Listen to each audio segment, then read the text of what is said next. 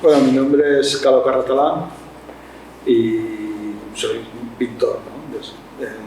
Estudié en la Facultad de Bellas Artes de Valencia, en San Carlos.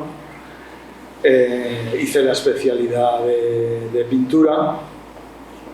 Yo estudié en los años 80, ya hace ya algunos años, acabé en el 86, o sea que ya hace algunos años que me dedico al mundo de la pintura, y desde que acabé la carrera, quitando alguna breve incursión en algún otro campo, me he dedicado esencialmente al mundo de la pintura, ¿no? Bueno, pues yo acabé la carrera haciendo más pintura abstracta, hice también alguna exposición dedicada al vídeo y tal, y luego poco a poco he ido retomando cada vez más la figuración con una componente abstracta que creo que sigue manteniendo el tipo de pintura que yo hago.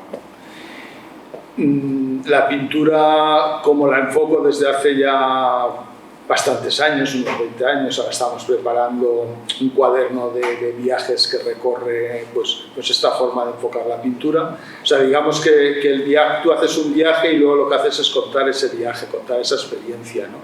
Los viajes se acaban normalmente cuando lo cuentas, y la forma de contar un viaje, en mi caso, que soy pintor, es pintando. Y al final de toda esa trayectoria, de todo ese contar, de todo ese pensar, pues tienes una colección de grabados, de óleos, de dibujos, de acuarelas, siguiendo también con unas técnicas más o menos tradicionales del mundo del arte, independientemente que últimamente esté incorporando nuevos soportes más actuales, como son estos soportes, por ejemplo, que hay detrás, que son planchas de hierro. Estoy haciendo también unas pruebas sobre aluminio, porque en estos momentos me interesa ir consiguiendo otro tipo de calidades. Al ir ampliando la experiencia sobre los materiales, con una base sólida de muchos años trabajando óleos y tal, con soportes clásicos, te da o soportes tradicionales, te da una nueva visión y una nueva forma de enfocar la pintura, ¿no? Y de enfocar ese acto personal que es el transmitir una serie de sensaciones, porque creo que la pintura es un lenguaje más sensorial, ¿no? que va más al sentimiento, ¿no? Que produce emociones, ¿no? Para mí, a la hora de plantear un trabajo, yo hago muchos bocetos. Eso es algo que a lo mejor durante los años de la facultad lo haces al revés. Primero haces el cuadro y luego te dicen, ostras, hay que presentar 5 bocetos. Te puedes hacer los bocetos del cuadro que tienes acabado, ¿no? Luego, porque todos hemos sido estudiantes, luego con los años lo que sí que hago es muchísimos bocetos. Y lo que sí que me preocupa mucho a la hora de los cuadros es el formato. Y el tamaño en el que estoy cómodo trabajando ese cuadro. Entonces hay cosas que las puedes dimensionar fácilmente y otras cosas que no, que son más íntimas. Por ejemplo, todo el paseo del paseo por Valencia, de las fincas y tal que tengo, que eso lo empecé a hacer también por conectar con los viajes en Roma, que era un poco tu memoria visual, o tus souvenirs, tus recuerdos, porque de comprar estampitas te las haces tú. Eso, como es algo de recuerdos, yo eso solo lo veo en tamaño pequeño. Hay obras en las que tú te metes dentro y obras en las que te invaden a ti, ¿no? O sea, son las obras las que te envuelven, ¿no?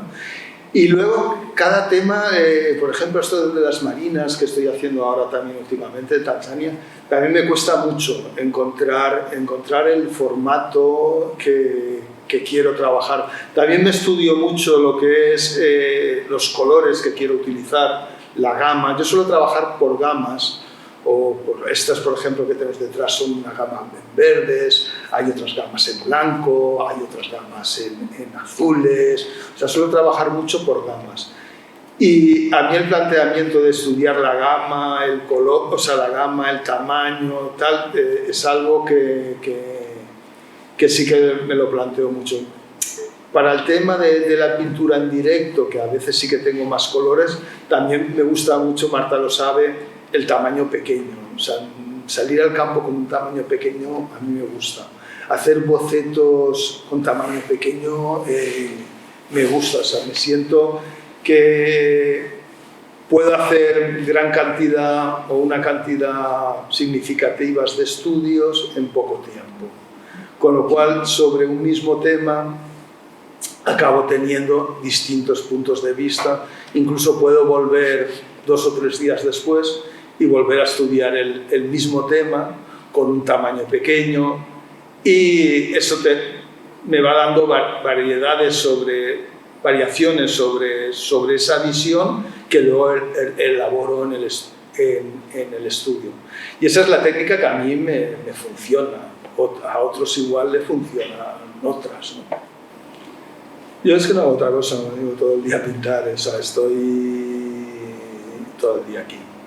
Entonces, mi vida gira alrededor de la pintura, ¿no? Entonces, bueno, pues yo me levanto por las mañanas, preparo el desayuno, cenamos la familia, que ya desayunamos la familia, unos se van a unos sitios, otros se van a otros, yo me vengo al estudio y por la noche vuelvo a casa.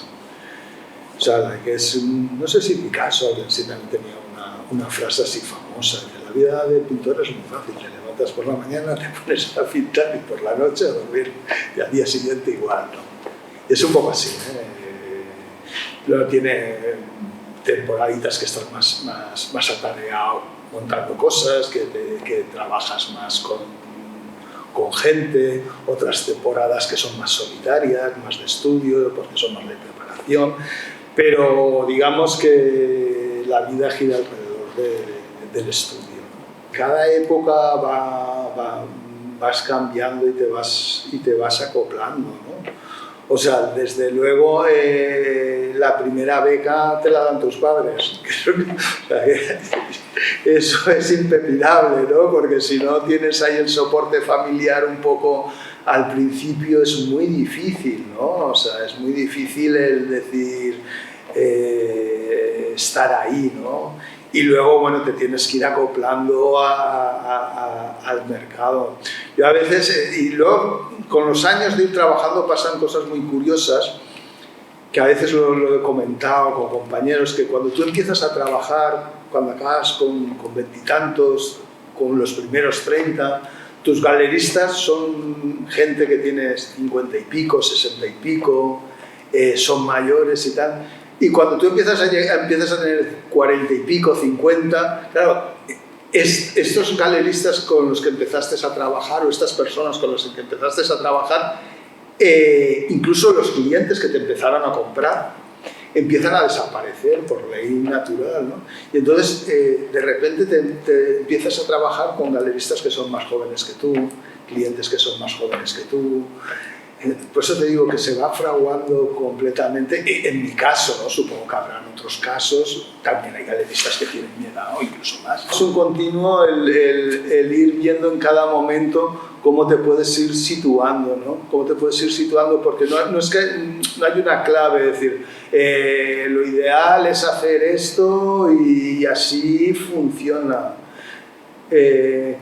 Eso igual nos puede servir para todo. En pintura prácticamente no hay claves para nada, ¿no? O sea, tú aprendes, vas aprendiendo y tal, pero bueno, muy desde el principio no viene, ¿no? O sea, porque como te he comentado al principio, al intentar comentar, yo acabo la carrera, pues bueno, pues supongo como cualquier alumno, ¿no? Que ha hecho pintura natural, ha hecho abstracción, ha hecho encáustica, ha hecho vídeos, ha hecho fotografías, o sea, has hecho grabados, estás un poco pendiente de lo que son las últimas tendencias. En Valencia en ese momento la gente o hacía abstracto o hacía pop, ¿no? El pop tenía mucha importancia. En los 80 había el grupo Crónica, era, digamos, un estandarte, ¿no? De la pintura valenciana en esos momentos. Entonces, como digamos, como viene a ser, yo lo veo como una forma natural, ¿no? Pues estás tocando varios palos, ¿no?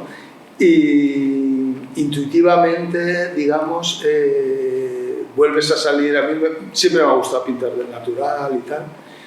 Yo hice paisaje, pero tampoco me especialicé en el paisaje. Hice el curso que se dio ese año de pintura de paisaje y ahí se quedó aquello. Empecé a salir por los alrededores de Torrente, que sería mi primer viaje, ¿no? El Torrent de l'Horta. Al principio, en los 90, era bastante raro, ¿no? O sea, en esos momentos de tanta abstracción y tanto conceptual, el que alguien cogiera el caballete, volviera a salir a la calle y volviera a pintar, era un poco extraño. Yo lo que sí que hacía, tampoco hacía pintura de caballete en el sentido estricto que entendemos por las tradiciones sobre todo que viene de los impresionistas, que es lo más conocido, que salían con una obra, digamos, de un tamaño mediano, sino yo lo que hacía era, retomaba, digamos, una tradición valenciana más antigua, que es de Pinazo, que es de los Sorolla, de los Benlliure, que es la pequeña tablita, que es de esa pintura valenciana inmediata, del apunte, y luego la elaboración de la obra en el estudio. O sea que volvemos también, digamos, a lo que ha sido el principio de la pintura del paisaje. Desde la pintura del paisaje, desde sus inicios, ya los historiadores unos matizan mucho si es en el 16, si es Durero, si Durero todavía no es, porque se van matizando ahí, pero bueno, digamos que sí que se hace ese trabajo de estudio al natural y luego se elabora los cuadros en el estudio, ¿no? Que es hacer apuntes del natural y luego reelaborar la obra, ¿no? O sea, y lo han hecho muchísimos pintores que se han dedicado al tema del paisaje, incluso Turner, digamos, Turner es uno de los más conocidos, Frederick también lo hacía, Constable, toda esta tradición de la pintura del paisaje europeo. Yo creo que primero lo van descubriendo los de fuera y luego te vas dando cuenta que no lo sabes hacer de otra forma, ¿no? Y entonces, como no lo sabes hacer de otra forma, dirás, pues esto debe ser mi estilo, ¿no? Pero primero te lo van descubriendo los de fuera. Yo a veces cuento una anécdota. Yo gané el premio de pintura del Ateneo Mercantil de Valencia y mi hija Irene tenía entonces 3 o 4 años. Yo a veces pintaba en casa también. Entonces lo gané con un paisaje, ¿no? Y el día de la entrega de premios fui con mi mujer y mi hija y había algún paisaje más colgado por ahí y el mío, ¿no? Y entonces mi hija, que no había visto el cuadro como lo había pintado, porque lo había pintado en el estudio, pero sí que habíamos pintado una vez en casa, empezó a decir, ese papá. Seguida decía, ese no es papá, ese sí. Y a voz en grito, como hacen los niños, y una vergüenza tremenda. Ese papá, lo cuidado, dice, ese no es papá. O sea, que dices, ostras, fíjate que tú a lo mejor te crees que... O sea, tú a lo mejor no te ves tanto como gente, como la gente te descubre la pincelada o te descubre el gesto. Yo alguna vez que he tenido oportunidad de trabajar o de dar un curso de profesor, y le he dicho a uno, ostras, este paisaje está muy bien. Y dice, es que, digo, es que tú estás, o sea, no te das cuenta, o sea, a ti no te gusta, pues, le explicaba al alumno que ya era gente mayor, digo, no te da gusto porque tú tienes en la cabeza otra cosa. O sea, tú quieres conseguir otro paisaje y no estás viendo el paisaje que estás pintando. Porque si tú estuvieras viendo el paisaje que estás pintando, cosa que parece que increíble, pero es así, o sea, tú estás pintando una cosa que no la ves, verías que estás bien, pero claro, como tú tienes en la cabeza otros cuadros a los que te quieres acercar, ves que ese que tú estás haciendo no se acerca al referente, ¿no? Y eso es lo que te produce el desasosiego. Si fueras capaz de ver lo que estás haciendo, igual sería más fácil comprenderte tu propia pintura. Bueno, pero creo que eso es un problema que nos pasa a todos, ¿no? de alguna manera, porque ¿quién no te está pasando que cosas que has dejado y dices, bueno, ahí está, y lo ves al cabo de un tiempo y dices, ostras, pero si esto está claro por dónde va, ¿no? Y estás, por eso muchas veces la obra tiene que reposar para luego volverla a retomar con una nueva visión. Yo sí que participé hace unos años Juan Manuel Bonet, bueno, se reunió un grupo de pintores bajo el tema pintores metafísicos y reunía sobre todo gente del Levante o vinculada a Valencia de alguna manera, que hacíamos figuraciones, ¿no? Aquello tenía connotaciones con la pintura metafísica italiana, con la pintura de Hopper, americanos, o sea, era una forma, digamos, de retomar la figuración partiendo de otras tradiciones, ¿no? Y bueno, y ahí sí que aquello se estuvo trabajando durante unos años, se formó un grupo bastante heterogéneo. Y bueno, y luego cada uno hemos ido diversificando nuestra forma de entender el paisaje o de entender aquella neometafísica que comentaba, que defendía Juan Manuel Bonet, ¿no? Y bueno, yo sí que hay gente que sigue haciendo pintura de paisaje, pero yo creo que en estos momentos la pintura no se centra tanto, o mis referencias en el momento de hacer mis paisajes no es tanto una referencia ya local, aunque sí que parta de unas tradiciones más o menos locales, pero claro, el conocimiento que tenemos hoy en día es una pintura, digamos, internacional, ¿no? Tú te puedes sentir identificado con cualquier artista que veas por internet o que lo sigas, ¿no? Que esté trabajando en cualquier otra parte del mundo, ¿no? O sea, no es tanto una relación de colegueo, de grupito, de pandilla, ¿no? Que se reúnen en un sitio y comentan el estado del arte. No es esa idea tan de 19 o tan de la época de los talleres, o la época esa de Picasso cuando vivían en Montmartre, que sigue pareciendo que los pintores tengamos que hacer eso, sino que somos como islas comunicadas, ¿no? De alguna forma, ¿no? Y entonces tú puedes sentirte identificado o tener relaciones con gente que no conoces, ¿no? O sea, puedes seguir la obra que no conoces, pero digamos que existe la posibilidad de moverse, de ver esas exposiciones, de ver esos artistas que hay que exponen en un momento dado en una galería, y comprarte algún catálogo, que luego a lo mejor los sigues o no los sigues. Entonces las influencias o las relaciones artísticas, yo creo que en este momento son casi más online, ¿no? Que sería un poco lo que estamos trabajando, ¿no? Más que el grupito ese, quitando de que puedas tener 2 o 3 amigos con los que tengas más afinidad, ¿no? Pero no es tanto un cogollito cerrado donde se transforman o donde se cuecen tanto las cosas, sino que la olla es una olla más grande. Normalmente, en mi caso, es más por vía de galería comercial. Sí que es cierto que a veces, como tienes obras en instituciones y tal, pues igual hay veces que una institución se presenta a alguna feria, como es Arco en Madrid, o Estampa, o cualquiera de estas ferias, digamos, o Armadrid, y presentar un stand, ¿no? Del ayuntamiento o tal fundación, y a lo mejor hay una obra tuya, pero eso es, digamos, son cosas que aparecen independientemente del trabajo tuyo, ¿no? Tú has hecho ya el trabajo hace años, y la obra que pertenece a alguna institución, pues ellos hacen exposiciones y se puede ver en algunos sitios, o sea, es como una obra privada.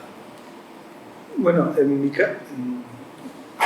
caso sí que es cierto que estos últimos años me he movido más por instituciones. También dejé de trabajar con la galería última que estaba trabajando, ahora estoy empezando a trabajar con otras galerías, porque hay que combinar no solo 2, sino los 3, ¿no? O sea, lo que es la exposición virtual, lo que es la exposición física en galería y lo que es la exposición en institución. O sea, yo, por ejemplo, a nivel virtual, yo trabajo con una galería francesa que trabajamos online, hasta el punto que yo personalmente no los conozco, llevamos 3 o 4 años trabajando. Y son galerías, además, con las que trabaja gente, o sea, no es alguien que cuelga una página y ya está, ¿no? Sino que se actualizan, que se hacen promociones, que hay gente detrás de ese soporte, que cuando venden alguna obra te envían pues todos los transfers, todas las etiquetas, hacen el seguro. Digamos, yo en mi caso con ellos, cuando vendemos algo, tanto en Europa como en Estados Unidos o en Canadá, que también hemos vendido, yo lo que hago es empaquetar la obra, fotografiar la obra durante el empaquetado, fotografiar el tamaño de la caja con el metro, fotografiar el peso de la caja para que se vea lo que pesa y tal, y yo todo eso lo envío por correo electrónico y ellos ya me envían todas las etiquetas. Me envían las etiquetas y me dicen que ya se pasan a recoger la obra. Luego las ventas en galería pues sí que también son importantes porque tienen ese tema presencial, ¿no? Ese poder participar en ferias de arte y tal. Y luego la institución te da una difusión completamente distinta, ¿no? Las instituciones normalmente no tienen gestión económica, o sea, no son empresas sin gestión económica porque necesitan otro tipo de licencia, no se dedican al tema económico, pero sí que te dan una difusión que luego eso a ti te sirve, digamos, o sea, tu obra se llena de contenido, se visualiza, salen los medios, bueno, pues es un poco ir trabajando todo lo que es la obra, ¿no? También tienes la posibilidad, te da la posibilidad pues, de exponerla en espacios distintos, de hacer obra, digamos, con una visión especial para el espacio, probar cosas nuevas que a lo mejor en una galería no tienes tanto espacio, no puedes irte a esos tamaños. Bueno, yo lo ideal, lo que hay que intentar es combinar cuantos más espacios posibles de difusión y que la gente llegue a la obra y pueda adquirirla con la finalidad de poder seguir trabajando, pues, de poder seguir pintando y viviendo del trabajo. Si lo enfocamos en el apartado, digamos, puramente comercial, o sea, yo creo que es algo imprescindible, ¿no? Porque de alguna forma catalogar la obra significa que esa obra ha sido fotografiada, está fechada, está publicada. Entonces, digamos que eso da para cara a un posible comprador, pues bueno, le da como un certificado como de autenticidad, incluso también cara a cuando él se quiera deshacer de la obra. O sea, se puede deshacer de la obra con una serie de documentación, digamos, que el catálogo documenta la obra. Luego, pues ya depende de los catálogos. En estos momentos estamos preparando con Eugenio Simón un catálogo de mi obra, lo que te he comentado de los cuadernos de viaje, que ahí recoge 20 años de boceto, de libro objeto, ¿no? Donde no se persigue tanto la reproducción de la obra en plan escéptico, ¿no? De decir, esta es la obra, sino de a la vez que reproduces la obra, que el libro sea también obra, ¿no? El poder ampliar, digamos, un boceto, poner la doble página, poder elegir un detalle, juntar detalles con representaciones pura y dura, sacar páginas tal cual con textos a los lados. O sea, ahí sí que vamos a tratar de hacer más un libro objeto que incluso va a ir acompañado con una obra original, en tapadura y tal. Eso es otro concepto de catálogo, ¿no? Pero bueno, entra dentro de lo que es tu recorrido como artista, ¿no? Y cuando tú ves un artista con una serie de catálogos distintos y tal, también te haces una mayor idea de lo que es su proyecto y su andar por el mundo del arte, ¿no? o de su trabajo. Yo creo que sí hay mucho miedo y hay mucho estrés. Y como profesión es una profesión muy estresante. Y te insisto en eso porque el otro día me chocó hablando con un amigo que lo conozco desde los 5 o 6 años y me dice, ¿tú te estresas? Y yo, madre mía, Dios mío, conoces desde los 5 años, tío, o sea, si vivo de esto, ¿cómo de esto? ¿Cómo de esto? Pues igual que tú te estresas con tu fontanería, o sea, yo me estreso con los cuadros, tengo que presentarlos, tengo que hacer las colecciones, me pueden gustar más, me pueden gustar menos, puedo estar más satisfecho con lo que estoy haciendo, con lo que no estoy haciendo. Organizar una exposición, organizar cualquier historia de estas, mantener un estudio lleva muchísimo trabajo. Es una profesión que tiene un halo muy romántico, que por eso te metes en ella, si no te meterías, pero es una profesión muy estresante. También tiene una carga de estrés importante, pero tiene sus partes maravillosas, faltaría más. No decir cuándo se termina, no sé, ahora. Yo para eso también he utilizado varias técnicas, ¿no? Para decidir en un momento dado cuándo acaba una obra.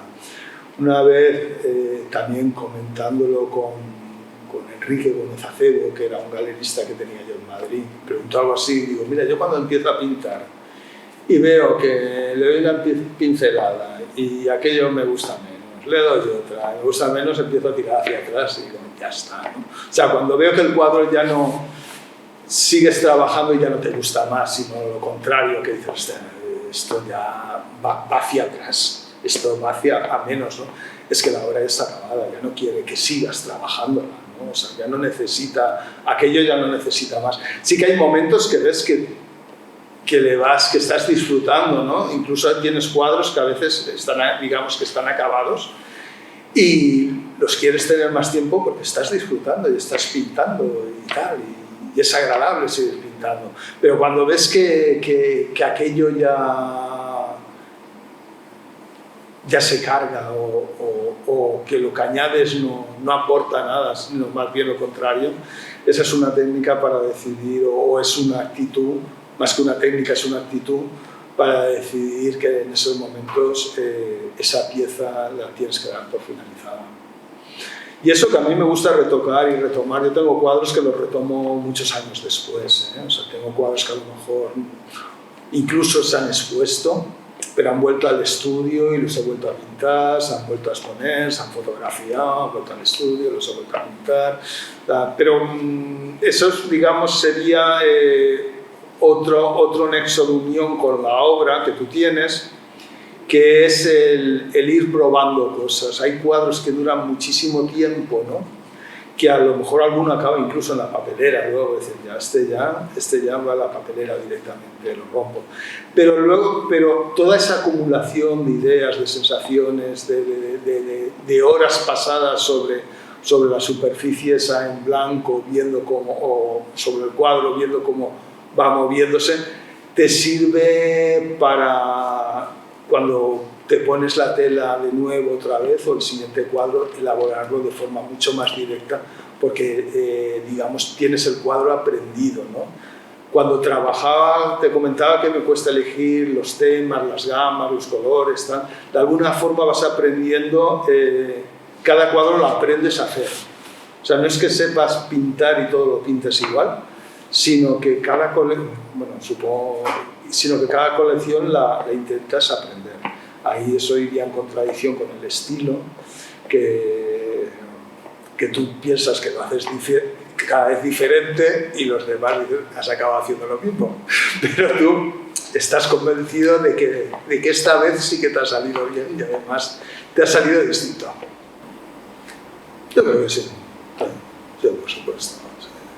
Mejor que ser pintor no va a estar en ningún lado. No es fácil, ¿no? Pero bueno, seguro que si tiene ganas, sí, por supuesto. Un consejo, pues que es la única oportunidad que va a tener de ser pintor, que se lo piense, si quiere ser pintor o no.